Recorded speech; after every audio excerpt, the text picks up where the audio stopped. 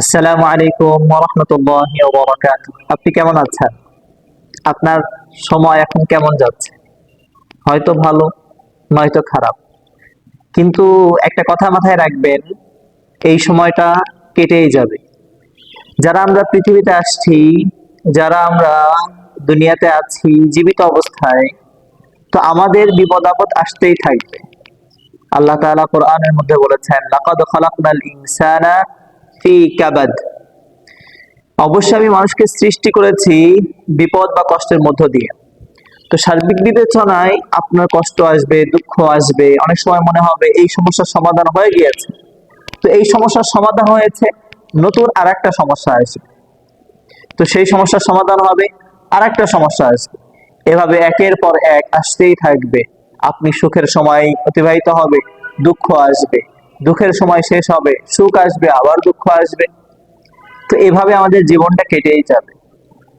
তো এক বাদশাহ তার উজিরকে বলেছিল, আপনি আমাকে উপদেশ দেন, এমন উপদেশ যেন আমি সুখের সময় নিজেকে নিয়ন্ত্রণ করতে পারি এবং অনেক দুঃখ কষ্টের সময়ও নিজেকে নিয়ন্ত্রণ করতে পারি। তো উজির তখন বাদশাকে বলেছিল, বাদশাহ, আপনি সর্বসময়ের জন্য এই কথাটুকু মাথায় রাখবেন, এই সময়টা কেটেই যাবে। আপনি অসুস্থ, এই অসুস্থতার দিন পার হবে। আপনার আর্থিক অভাব, এই সময়টা পার হবে। সার্বিক বিবেচনায় আমাদের যে সমস্যাগুলো আছে, সমস্যাটা একদিন না একদিন কোনোভাবে শেষ হবেই। এই জন্য সর্বসময়ের জন্য আস্থা, সর্বসময়ের জন্য ভরসা, তাওয়াক্কুল করুন আল্লাহ তাআলার উপর। আল্লাহ তাআলা বলেছেন, ওয়া মান ইয়াত্তাকিল্লাহ ইয়াজআল লাহু মাখরাজা। আপনি যদি আল্লাহ তাআলার উপরে ভরসা করতে পারেন, আল্লাহ তাআলা একটা পথ বের করে দিবেন। এই জন্য কখনো দুঃখী হলে, কখনো সুখী হলে, এই দুঃখীটাকে সর্বসময়ের জন্য প্রাধান্য না দিয়ে সুখীর সময় এবং দুঃখের সময় সর্বসময়ের জন্য এক আল্লাহ তাআলাকে স্মরণ করুন।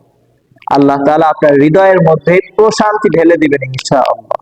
এটা যদি শুরু করতে পারি, চলো পাল্টাই গল্পের মতন, বইয়ের মতন আমাদের জীবনটাও পরিবর্তন হতে পারে শুকরিয়া বোধের মাধ্যমে। আসসালামু আলাইকুম ওয়া রাহমাতুল্লাহি ওয়া বারাকাতুহু।